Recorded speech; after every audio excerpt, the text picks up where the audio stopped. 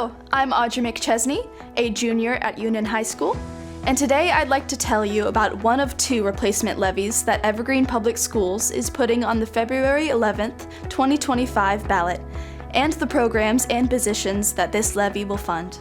The Educational Programs and Operations Levy, Proposition 7, will replace an expiring levy passed in 2022. It is not a new tax. The EP&O Levy will help pay for extracurricular activities, including athletics and cheer programs, and orchestra, band, choir, and theater programs. Think of the pep band you might see at a Friday night football game, or a choir concert.